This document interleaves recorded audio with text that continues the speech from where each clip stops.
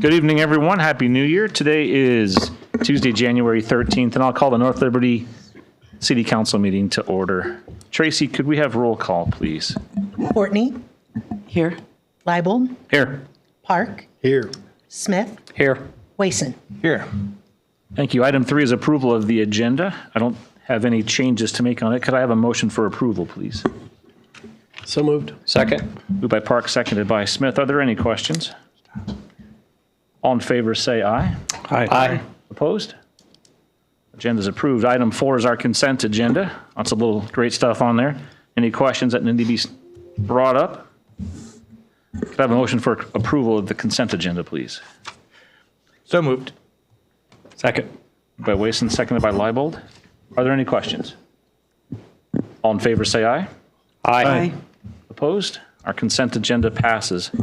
Item 5 is public comment. Now is the time for anyone in the audience wishing to address council on something that's not already on the agenda. Please do. Hello, nice to see all of you in the new year. I've attended council meetings regarding UCD since the Good Neighbor meeting about the east side. Artie, would you mind bringing the mic Closer? down? No, just bring the mic down there. There we go. Okay. That way they can hear you at home too. Okay, otherwise I'm beating this on there and then you That's gotta okay. listen to that static. So I'm sorry, I didn't tell you I'm Artie Stoner. I know most of you could probably pick me up out of a lineup nowadays, but the name is Artie Stoner and I live on Stewart Street here in North Liberty. I'll start over. I attended the council meetings regarding UCD since the Good Neighbor meeting about the east side. At each meeting, I have asked for an independent review of the zoning for this area to ensure the validity of the CUC3 zoning, which has been ignored. I waited patiently for the city to act transparently and disclose the UCD was in default of its own contract. During the second city council reading, I requested budget information from Ryan Heyer, knowing from my city council research, city records research, that the contract was already in default, hoping the city was well aware of this. I found it concerning that the city hadn't made this default public, given their duty to transparency. Ryan Heyer didn't provide the required information until a few hours before the third reading of the council meeting. Please recall that Lion Development gave the council less than a day to conduct their due diligence on that contract before you approved the $20 million TIF, which required the city to take out a loan. If the developer defaults, these funds become the citizens' financial responsibilities. Also, remember the original partner who initiated, shaped this project over the years with the city that left the partnership shortly before this very rushed vote? The departure of this trusted key individual became known hours before the vote. It seemed the tone of partnership changed, was misrepresented by Pratt at that time, as it demonstrated by this partnership receiving an additional $2.9 million. Even though Brandon Pratt stated at that May 13th meeting that all 15 parcels were under contract. I have opposed changes to comprehensive plans that seem tailored to favor this development over the citizens' interest, which I feel amounts to special treatment. At the heated December 9th City Council meeting, it was stated it would be the last meeting until January. Yet, there was a special session on December 19th at the request of UCD, covering the topics we discussed on the December 9th meeting. I was not notified despite you having my contact information, while you might not have been required to inform me. I feel it's unfair and lacking in transparency and your responsibilities to the citizens in general. The timing and apparent special treatment towards Lion Development again raises my concerns. From your packet, I see that you revised the original contract without adding extra financial protection for North Liberty citizens.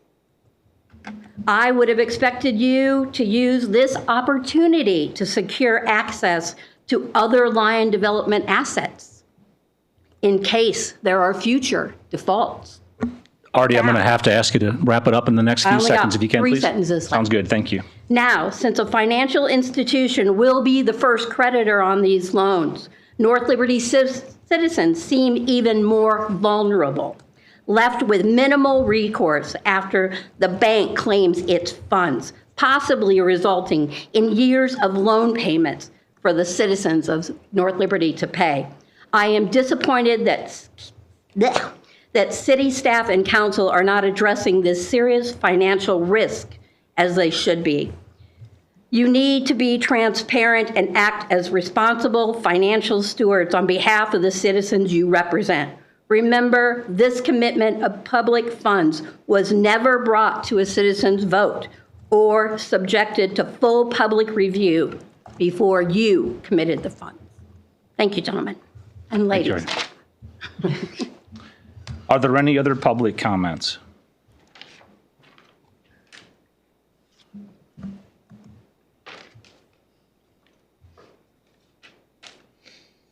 I'll move on to item 6, which is our engineer's report.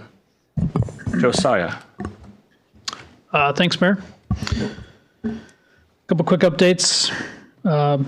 Give you an update on some projects that are coming up soon. Community center parking lot improvements. We started this. We made some adjustments and expanded the scope a little bit to take care of some more of the parking lot, some pedestrian accommodations. So far, we're at 75% review drawings for that, which have been submitted. We'll have a review meeting with staff in January. Prepare our last review set, and those will be issued for bidding this spring. I don't remember the date exactly, but that's coming up. That'll renovate the west side of the North Liberty Rec Center parking lot from top to bottom, from Cherry Street all the way up to Community, I believe it is. So that's underway. The splash pad also is in design and moving towards a final set of review construction drawings.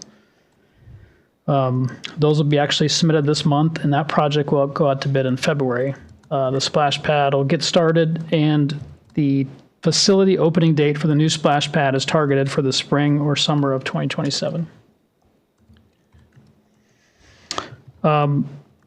North Stewart Street is a project, a newer project. We're actually going to get started with some design this spring. Just as a reminder, that project will be designed this year, bid next winter, and constructed in 2027. That's North Stewart Street reconstruction from Cherry all the way up to Penn. Finally, note on Forever Green Road Extension Phase 1. This is Forever Green Road Extension from the roundabout by North Central, which will eventually go to the roundabout up at First Avenue. Phase 1 is going to build a portion on each side. That will have a May 2026 letting date at the Iowa DOT. Construction will get started in 2026. The east phase over by First Avenue, that will be constructed in 2026. The west phase over by North Central Junior High, the grading for that will be done and some of the retaining walls and things in 2026. That'll give that grade a chance to sit and settle. They'll come back in 27 and finish up that work and do all the paving. So it's a 26 and 27 construction season. And that's all I have, Mayor. Thanks, Josiah. I'm going to hit the ground running here this year. Are there any questions for Josiah on these projects? Mayor, I do have one. So I notice inspection staff out this week at the Penn Bridge project. It seems, at least to me, from traveling that daily, it's kind of slowed a bit. There hasn't been a lot of progress. Where are we with that project with the DOT? As far as I know, I don't know details because a lot of the construction meetings were suspended here over winter, is that construction will pick up again all this year in 2026. Yeah. And at some point, we'll have to get back into it and let you know when the ramps will close. But I think they're technically in winter work, so it's just kind of shut down at the moment. Very good. It feels like spring, though, doesn't it? Today. Today. Yes. Any other questions for Josiah? Ryan, I'll move on to you for item 7, City Administrator Report. Okay, thank you and good evening. Just a couple things from me this evening. We, as you all know, are deep into the budget prep and looking forward to have a conversation with this group a week from tonight. That meeting will start at 5:30. We will have all of our department heads here and prepared to answer questions you might have on the proposed budget. As a reminder, next week we'll tackle the operating piece of the budget, and then the following week at our regularly scheduled meeting on the 27th, we'll have some time to talk about capital projects for the upcoming budget year. So we've got it split into 2 sessions with the lion's share of the work, or at least discussion next week, followed by hopefully a wrap up on the 27th, and if needed, we can get into early February. The other topic I'd mentioned tonight, and I believe most of you are aware of this, so this may be for those who are watching, but earlier this month, in partnership with Greater Iowa City, we released information on the targeted economic development grant program specific for businesses in North Liberty. So I know in talking with Greater IC staff that we've had some great interest on that so far, and we'll be meeting with them regularly once we get up and running, probably here starting in early February. But we anticipate, I believe, 8 to 9 projects coming out of that we're hopeful of, and I will keep this group posted as funds are approved. This again is this is the ARPA money that we contributed to Greater IC for this project. So that is up and running, and we anticipate it to be completed later this year. And that's what I have this evening, Mayor, unless there are questions. Any questions for Ryan? How many applications have you received so far on that? Well, unofficially, I believe, 3 for sure, and then it sounds like there was 3 more inquiries as of last week, so it could be more at this point. It's all running through Greater IC, so we don't get the blow-by-blow, but we'll be meeting with them on a monthly basis to get updates. Fantastic. No questions for me, Ryan. Thanks for that update on that. I was just going to share as part of my council notes, but this seems like a more appropriate time. If there is interest from North Liberty-based businesses or those interested in moving to North Liberty, where they can get additional information on that program is one of 2 spots. The contact with Greater Iowa City is Evan Doyle, and that website is greateriowacity.com, or on our North Liberty website, northlibertyoiowa.org. And if you just go under the business heading, additional information, questions to answer, and how to proceed with those applications is located in one of those 2 spots. So very passionate about this project, so thank you for the update, and I'm glad to see that it's being leveraged. Any other questions or comments for Ryan? All right. We'll move on to Mayor's report. Just a couple of things. Most of you have been with me over the last month at various meetings. We had a Greater IC and Cedar Rapids Economic Development legislative launch up at Cedar Ridge way back in the middle of or beginning of December. We also had the Think Iowa City Johnson County Community Foundation of Johnson County, last week event. Last night we held the joint entities meeting here in City Hall. We had a full house here, quite a number of people that were here. So Paul and Tanya were able to make it here for that meeting as well. I'll remind and ask if it works out for your schedule. In 2 Wednesdays from now, Wednesday the 28th will be our MPO, Metropolitan Planning Organization of Johnson County meeting that Brian and I are members of. It's always been great to have someone else that can back us up if our schedules don't align. So if any of you may have an interest in being a part of these meetings, I'd ask you to join us. It's at 4:30, and this is at in Iowa City at City Hall for that one. So Wednesday, January 28th at 4:30. Typically lasts about an hour. Then you're on your way. This one will be at Iowa City Hall. Lastly, most importantly, you see 2 proclamations on the agenda tonight. A mayor in the Iowa Mayors Association last week asked if other cities across the state would be willing to recognize and proclaim today as days to remember two Iowa National Guard members that were killed late last year. So tonight we're joining dozens of other cities across Iowa to proclaim today, January 13th, 2026, as Staff Sergeant William Howard and Staff Sergeant Edgar Brian Torres Tovar days in North Liberty. So I'm going to read those proclamations individually. Forewarning, I didn't write these. City staff didn't write these. These are generally being shared across the state tonight at city council meetings.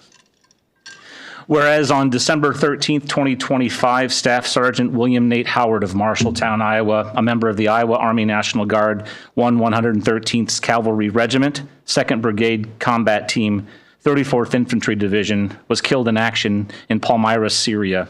And whereas Staff Sergeant Howard gave his life in the support of American values and ideals and in defending freedom across the globe. And whereas Staff Sergeant Howard served our nation for the past 12 years as a member of the National Guard. And whereas Staff Sergeant Howard was known as funny and smart, he liked playing video games, woodworking, shooting firearms, and hanging out at home. He knew how to enjoy life, get a laugh out of those around him, and speak in fluent movie quotes and sarcasm. And whereas Staff Sergeant Howard leaves behind a wife, parents, siblings, and grandparents, and whereas all Iowans and all Americans should take a moment to pause and honor the life and sacrifice of Staff Sergeant Howard. Now, therefore, I, Chris Hoffman, Mayor of the City of North Liberty, do hereby proclaim 13 January 2026 as Staff Sergeant William Howard Day.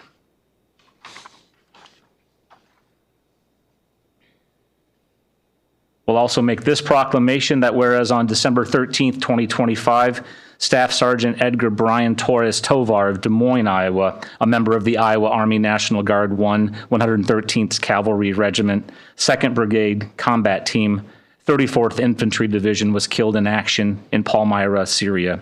And whereas Staff Sergeant Torres gave his life in the support of American values and ideals and in defending freedom across the globe. And whereas Staff Sergeant Torres Tovar served our nation with multiple deployments across the globe, including Kosovo, Kuwait, and Syria, as a member of the National Guard. And whereas Staff Sergeant Torres Tovar was an exemplary person, a source of pride for his parents, and a role model for his siblings. He was a family man, loved by all who knew him. He had dreams, goals, and a smile that lit up any room. He loved his work, and he left this world doing what he was passionate about.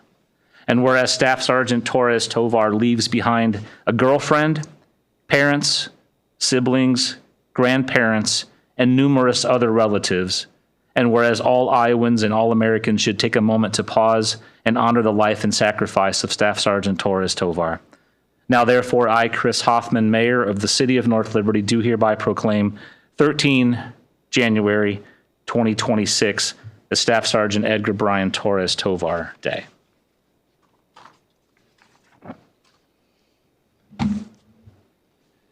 With that, I'm going to move on to item 9, which are council reports. And this is a moment for council members to catch us up on what they've been doing outside of these city council meetings on behalf of the city. In no particular order, if anybody has anything to share, feel free. Mr. Mayor, I can go. Great. I just wanted to first say hello to everybody. My name is Tanya Fortney, and I wanted to thank North Liberty staff, the council, and everyone that I have met through this process of your support and just the welcoming nature. It's just kind of blown me away. I wanted to let the public know who I am, and I look forward to serving for the next 4 years and hearing from anybody who wants to reach out. And thank you very much. That was great. Thanks, Tanya. Welcome. Thanks. Mayor, I'll go. On behalf of our team, welcome, Tanya, to the team. I know we've had a couple of opportunities to meet and discuss some things, so really look forward to working with you and your perspective. So thank you for putting yourself out there and becoming part of a serving team. I, too, went to both legislative events, the Cedar Ridge and the one here at Centennial Center, thanks to city staff for helping with allowing us to sponsor that event at our facility.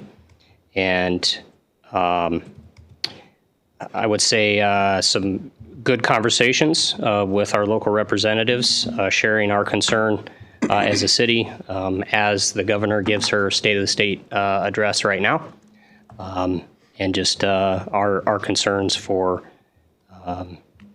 reducing revenue for cities. So a lot of those good conversations were had. Thanks, Mayor. Thanks, Brad. As you already mentioned, attended the joint entities meeting here at City Hall.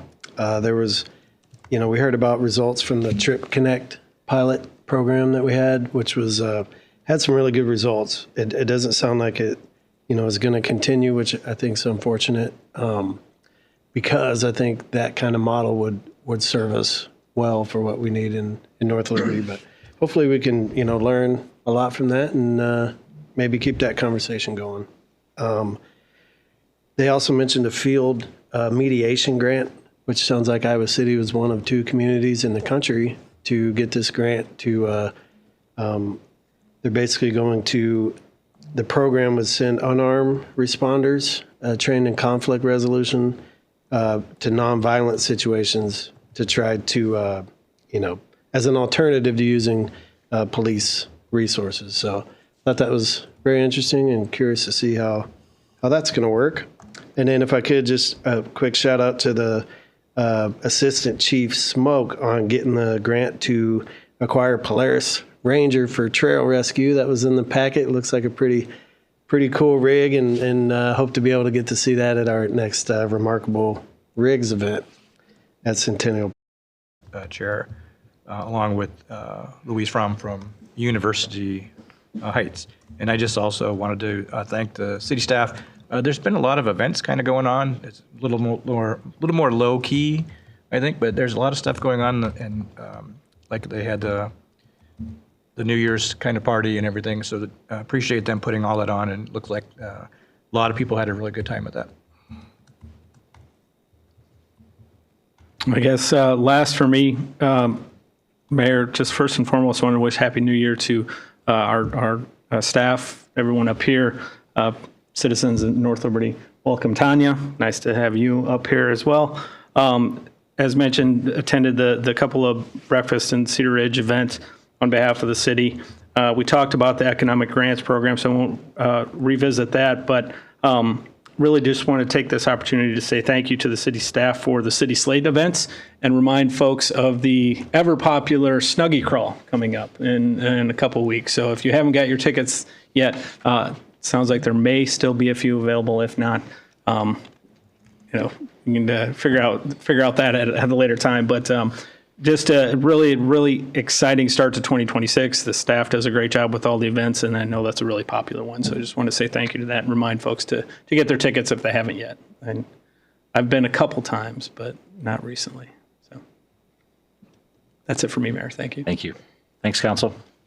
We'll move on to item 10, which is Forever Green Road and Jasper Avenue project. Item A is public hearing regarding proposed plans, specifications, and estimate of cost for the project. Is there anyone in the audience wishing to address council? Tracy, have we received any comments? We have not. All right. I will close the public hearing, and I'll move to item B, which is our first resolution of the new year, Resolution 2026-01. This is a resolution finally approving and confirming plans, specifications, and estimate of costs for the Forever Green Road and Jasper Avenue improvements project. Could I have a motion for consideration, please? So moved. My fault. I heard Tanya make her first Yes. motion. Who was second? I'll second it. Thanks, Paul. Thank you. Are there any questions about this? Do we have like a kind of a sequencing plan if I were going to keep that road open? Like a presentation of sort? Yeah. That's a great idea. Brian, do we have one? We do. Okay, wonderful. Funny that you asked.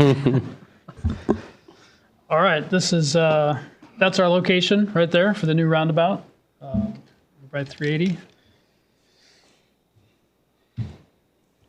The phasing is, I've got this turned sideways, so north is to the right on these exhibits. We've got a lot of phases in here to do exactly that, to keep it open. Keep traffic going both east-west on Forever Green Road and north with access to Quick Star. So that's how these phases are set up. I've kind of got a breakdown. I'm showing a blue arrow and a red arrow. That's showing how traffic gets through these. And then you can kind of see some of these orange and red. Those are the sections of the project they'll work on. And then you can see how traffic gets in and out and maintains. So it kind of changes. Overall, you'll see kind of how you get through there. But I think the important thing is that in every situation, we'll maintain a three-way stop. So it'll be congested, there'll be a lot going on, but there will be stop signs. So just like today, if you're coming east or west, you stop. If you're on Jasper, you stop. We'll keep that orientation the same, so there's no confusion on that end. But the locations will move around. The only thing I would point out is off to the right or to the north, that's the reconstruction of Jasper all the way out. That timeline will kind of float. It can be on its own while some of the intersection is going. It might happen at the same time. It might be a little later. So they're going to do some work on the corners. Once that's done, they can move to this pink area. There'll be a temporary road paved to keep traffic access to Quick Star in and out. So you can see the routes here. We'll still keep everybody going. Once the corners are done, they need to make a small focus on the interior of the roundabout to make some connections. Again, the routes are still available. Lastly, everything on the west side gets finished once most of the roundabout and the new pavement's built to the north. Once that's done, you can see the traffic will use the new pavement. And this is that last section of Jasper going all the way to the north, which I said is kind of on its own, but it will reconstruct that road all the way to the end of into the property there. So a lot of colors, a lot of pictures. The bottom line is it'll be set up to maintain east-west traffic and access to Quick Star and Jasper. So it'll be messy, but the project has a substantial completion date of this fall. So before long, this will be a completely different looking place for a long time. Josiah, will Jasper Avenue to the north of Quick Star be closed completely while it's reconstructed, or will there be access? It will be through closed there? Okay. during that. There's no other way to do it for that I section. wondered. That's why I asked. There's some other roads we've looked at to the north that get you back around, but that's just how it has to be done. Sounds good. Sounds good. Josiah, can you just mention the incentives and Yeah. liquidated damages briefly? So we have a substantial completion date in November 14th. There are incentives offered like we've done with a lot of big projects that have a major impact to the community. We've got 80,000 maximum in incentives to get done early. So if they get done 40 days early, they'll get an incentive of that amount. It's each day, so they can keep working towards it, whether it's 40, 38, 25. And then there's also liquidated damages or penalties for every calendar day that they're late. So they have an incentive to get done early and be on time as well. Questions? I've never actually driven south on Jasper. Are there residents that live on that road? Because it sounds like they won't have access from right- that direction. That red area there to the south on Jasper will be closed. That road connects south, just not too far away to, I don't know the name of the road, but it's only a couple 100 feet away. But I'm not sure that there is a resident on there at the moment. Maybe one. I think so. There's a barn, but I don't think it's barn. It's the old Derrick occupied. property, and Yeah. I don't know Okay. that there's any resident there. Yeah. There's not a North Liberty resident there, I can tell you that. Right. Primarily, it's being used as a construction storage site. Yeah. Yeah. Josiah, if I missed it, my apologies. We have an end date of November 14th. Do we have a start date?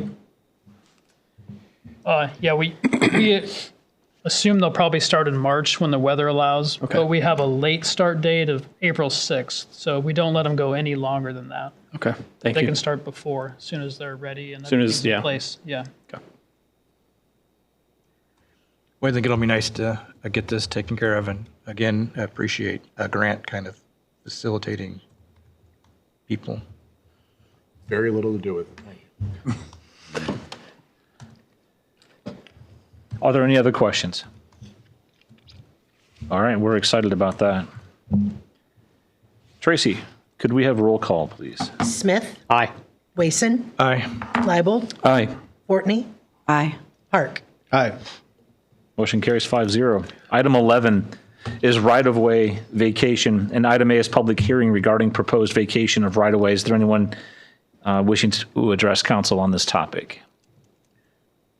Tracy, any comments? Nothing was received. I will close public hearing, move to staff and planning commission recommendations. Russ. Interestingly, we might be sitting in physical right-of-way right now, but maybe pretty close. You know, we anticipated that the forthcoming civic campus plat would do its duty and vacate this right-of-way, but we found some of the abstractors presented a challenge of doing this, so we figured we'll just make it formal and go through the right-of-way vacation process and dispose of it that way. And then when we have the forthcoming civic campus plat, we will dedicate those new rights-of-way, and it'll be probably the cleanest way to do it. This is considered by our planning commission. They did have two findings at their January 6th meeting, and they unanimously recommended you accept those two listed findings and forward the request and forwards that request to the city council with a recommendation for approval. Thank you, Mayor. Thanks, Russ. Are there any questions? I'll move to item C, which is first consideration of our first ordinance, 2026-01. This is an ordinance vacating a portion of Front and Dubuque Streets right away in North Liberty, Iowa. Could I have a motion for consideration, please? So moved. Second. Moved by Whiston, seconded by Leibold. Are there any questions? Tracy, got a roll call, please. Park, Aye. Smith, Aye. Leibold, Aye. Wason, Aye. Fortney. Aye. Motion carries 5-0. Item 12 are Jordan Street Apartments, and item A is Planning Commission and staff recommendations. Russ? Okay, thank you, Mayor. This is a two-part request. One is for a future land use map amendment from urban medium intensity to urban high intensity, as well as a site plan. You could see the just over 2.5 acre parcel on the east side of Jordan Street, just north of Sarah Court there. Current zoning is C2. The C2 does allow for multifamily without any density limitation. However, the east side property is designated on our long-range comprehensive plan as urban medium intensity. And as I mentioned, there's a request to change that to urban high intensity. The urban medium intensity recommends a density of up to 14 units to the acre, 14 units per acre. The urban high intensity is 14 plus. I just thought it would be cleaner to designate that property. I have both of those highlighted on the right side, but I'll come back to that one on the bottom one on the right in a minute. Here's the site plan. It's for 96 multifamily units in a 4-story building. As I mentioned, over the 14, we're at just over 37 units to the acre. You know, sometimes with these developments, you'll have an on-site detention pond that has the effect of reducing the overall density. But this subdivision was platted with a off-site stormwater detention. So on this property is just the building and the parking and those types of amenities. But you can see that the building's pushed up to Jordan Street, which we appreciate from a design perspective. And it has the effect of moving that away from the residences to the east. I think at its closest point, which is at a corner, it's 88 feet from those residences, which I think help kind of mitigate a 4-story building. Here's some renderings of what the buildings looks like. A very high amount of masonry. It's like basically at 100%. It is a large building, a large scale.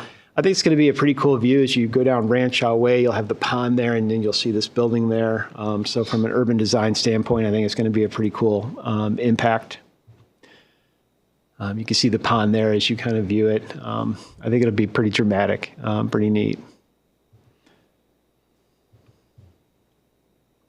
Like I said, very nice looking building. So Hodge has been really nice to work with on this and just been very receptive to our comments and brought forth the site plan that you see in front of you. As I mentioned, that building is pushed up. There's also a existing 15-foot wide landscape buffer along that east property line. That was planted when the subdivision was constructed. So it's a pretty healthy vegetative buffer along that east side. So in addition to some of the plantings they're doing with this, there's a pretty good landscape buffer. And then I highlighted that section for urban high intensity. Edges of urban high intensity transition to lower intensity uses or buffer from industrial commercial uses through design, landscaping, and buffering. And so I look at this as being an edge, and it mitigates. It's really that edge that I think is appropriate because of design, landscaping, and buffering that's in place. I was part of the comprehensive plan development and adoption. I recall the discussion on the east side of Jordan. It was kept at that medium just because we wanted to be able to discuss if there was a higher intensity request, what that would look like.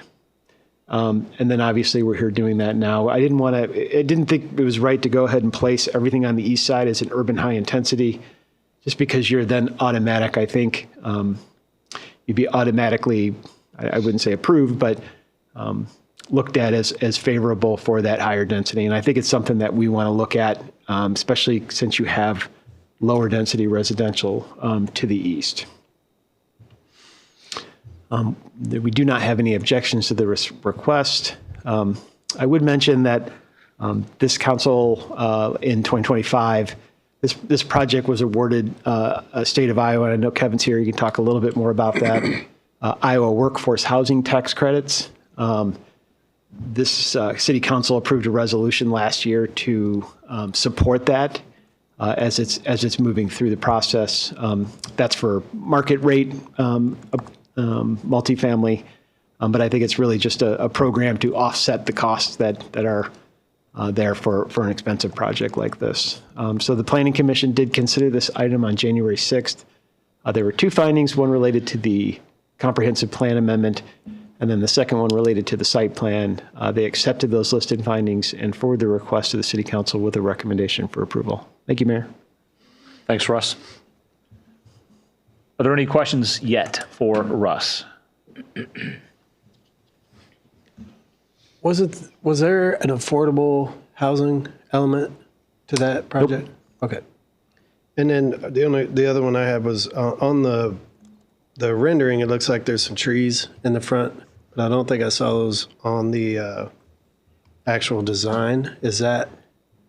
Will there be any kind of landscaping in the front? Not. Let me see. Get to the site plan here. I don't believe there's going to be any in the front, nor are they required along that front. Typically, what we do is require trees and landscaping adjacent when you have parking lots in the front, as well as to the residential. So a lot of the trees that were required on site are behind the building, adjacent to the residences. Russ, can you go back to the picture with the pond in the front? Please. This one or this one? Or yeah, that one's that one. Ooh. So access road in the front, I do see some trees. Has there been any discussion with the fire department? This is a mid-rise, so this is going to challenge their reach with their ladder. So with those trees in the front, and especially with those balconies, restriction one, reminder to the builder of code, obviously controlling people that live in there is hard on your piece, but no grills on those. And what's fire's take on this? Because this is going to be an issue for them. Yeah, Fire Marshal Hardin has been involved in this design concept throughout its creation, and so I think the surrounding roads. So they looked at aerial access and the 26-foot wide access road. So yeah, Fire Marshal Hardin has been involved in this throughout this process. Balconies only in the front, or balconies on both sides? They are in the back as well. On both. Okay. Okay. Any other questions? Just a curiosity, I'm not, traffic has come up on other projects, larger projects like this. Just consideration for that, I'm assuming was given by the Planning Commission. Okay, thank you. Yes. And then if they're family uses, I'm not quite sure what the speed limit is there, but just one consideration for safety if there's kids running around. So back to the point on landscaping, different things like that. You don't want kids running out in the middle of the street. So any comments there, Russ? No, no, I think, we don't, I think a couple of the intersections, for whatever reason, we've always been puzzled by some of the intersections with respect to I believe it was Sarah and Jordan have had a few accidents, and it's just kind of puzzling a little bit. I know there's a stop sign in one direction, but not the other. So there's just people, I think, blowing through that. And it's just strange of how those events happen. It's almost like just somebody wasn't paying attention. So we've gone through a step of progressions to mark that stop sign and make sure people, stop bars, flags, putting reflective on the post. Ultimately, if we think there's a safety issue, we'll go to the lighted sign. But overall, we don't think Jordan is an unsafe environment. It's very walkable. I forgot to mention, as we work on Ranchaw Way Phase 6, we do expect a tunnel just in the foreground here of the pond underneath, and a trail coming up to Jordan Street crossing, and then ultimately making its way back towards the trail adjacent to Muddy Creek. So we feel it's a safe environment, and it's a good environment for multifamily just because of the amenities, the location, the Hy-Vee, the hospital. Again, I continue to believe that the property across from the university on the north side, the vacant cornfield, is a massive opportunity site for something that's intensive and character changing for our community. Yeah, no, I appreciate just the due diligence there. It's helpful. Thank you. Thank you. Mayor, one last thing. I know we're just on zoning, but Ryan, I've heard you say a couple of times with your meetings, and Mary can speak to it as well. When you meet with potential businesses coming to town, one of their concerns has been workforce housing. True or not true? True. Okay. So this is through the state of Iowa workforce housing credits. Yes. In a high intensity to bring that workforce. Is this something that you guys are hearing from businesses that are talking to you about coming here? I think we're hearing multiple things. It's the workforce itself, the people, and then the housing that would have to follow or be here to bring them here. So, I suppose you could say it's a bit of a chicken and egg, although you do need the housing for people to come. So absolutely, housing and workforce are related. And we do hear that from folks, whether it's people looking to relocate or even folks looking to expand. Okay. I would just have one, just comment. My own personal, preference with the realizing that there's ground floor units, and not obstructing their view. I think that's going to be great to have the pond there to look at. I would love to see, some kind of landscaping, in the front, not necessarily trees, or even across the street. I just think this is going to be a proud, nice building that I think, in my taste looks, a little industrial, and I think a little bit of landscaping would go a long way on that project. So just thoughts. Thank you.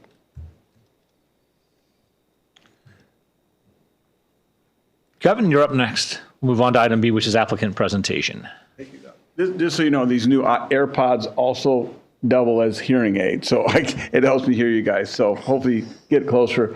No, I do want to appreciate, Russ brought it up. We brought this to you guys, I think it was last May or June, as a process. You guys as a city have never done a workforce housing, been involved in one.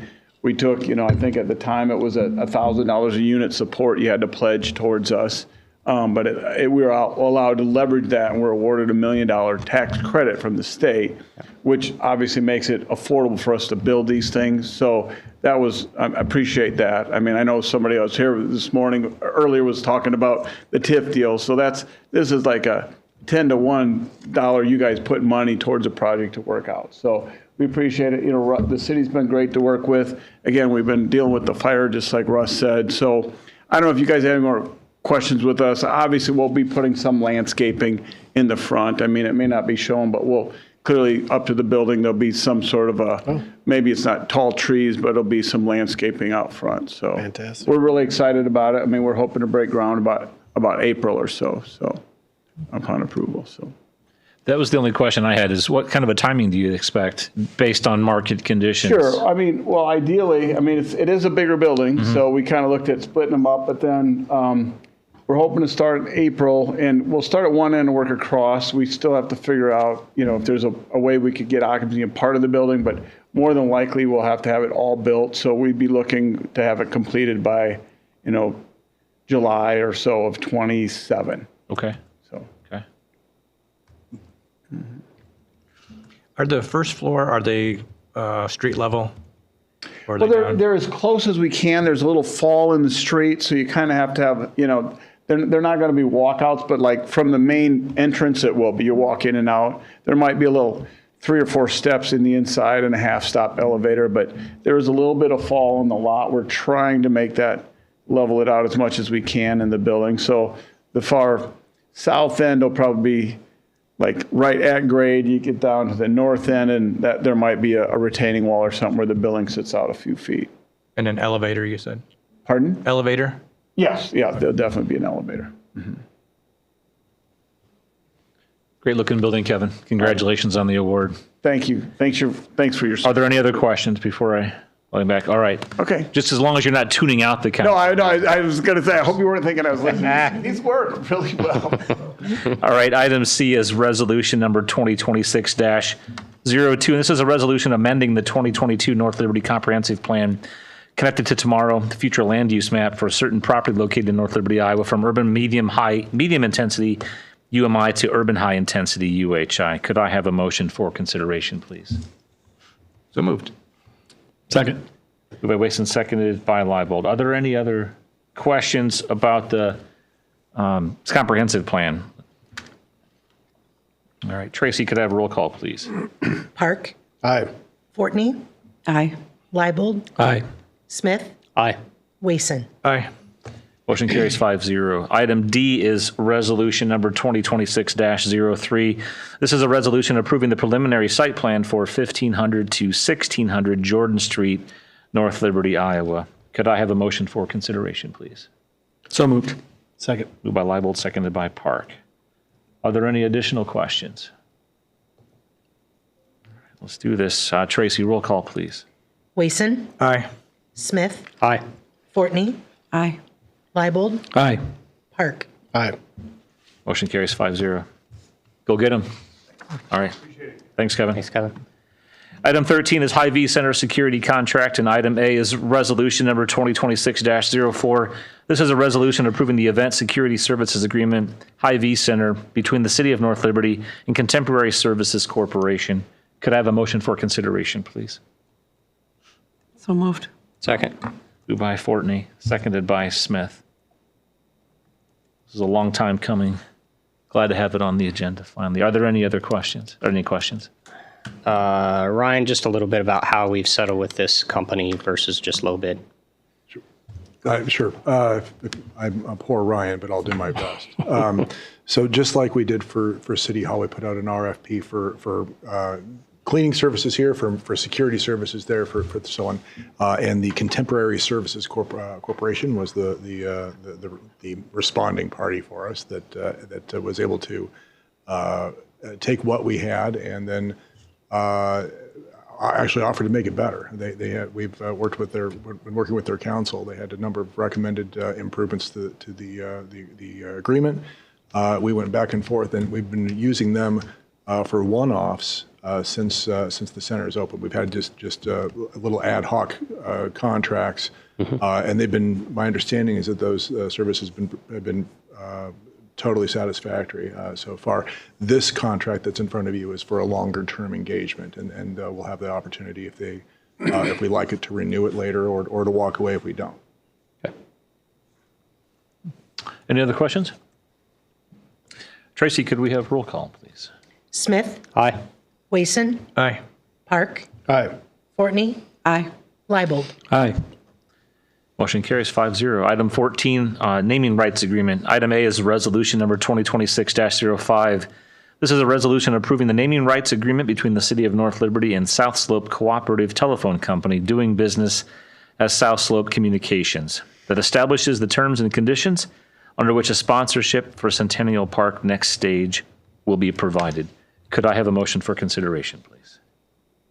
So moved. Second. Moved by Smith, seconded by Leibold. Any questions on this? Just appreciate South Slope. They've been excellent community partners for a lot of stuff for a long time.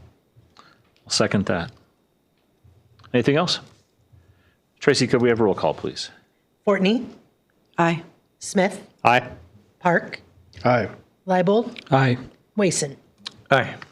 Motion carries 5-0. And item 15 is Lynch-Dallas agreement, and this is resolution number 2026-06. So this is a resolution approving the contract for legal services between Lynch-Dallas PC and the City of North Liberty. Could I have a motion for consideration, please?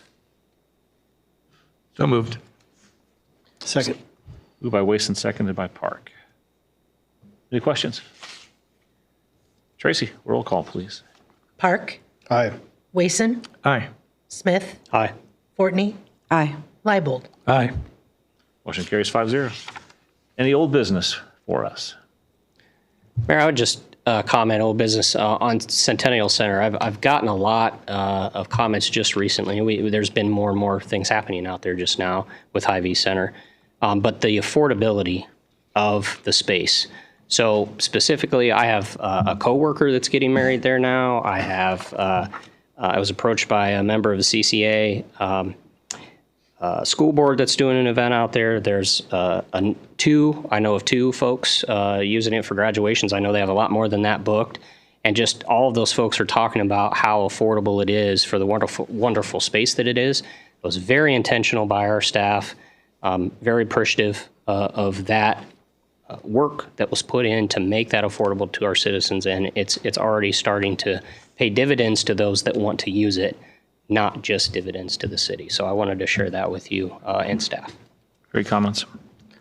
One thing I left out of my report, and I could say this every meeting, but I'd ask anyone watching or interested afterwards to go to our packet, look at the reports that are in there from staff at the end of the packet. They're in there once a month, but this one includes the fire department's report. Very active department, a lot of improvements steadily being made over there. Not that it was ever in a bad shape, Chief, don't get me wrong. Really happy with what that looks like over there. So I encourage our community to take a look at that report and also others that happen to be in that packet once a month as well. With that, I'll move on to item 17, which is new business. I'll entertain a motion to adjourn. So moved. Second. By Leibold, seconded by Wason. Sorry, Tanya. Any questions? In favor, say aye. Aye. Opposed? We are adjourned.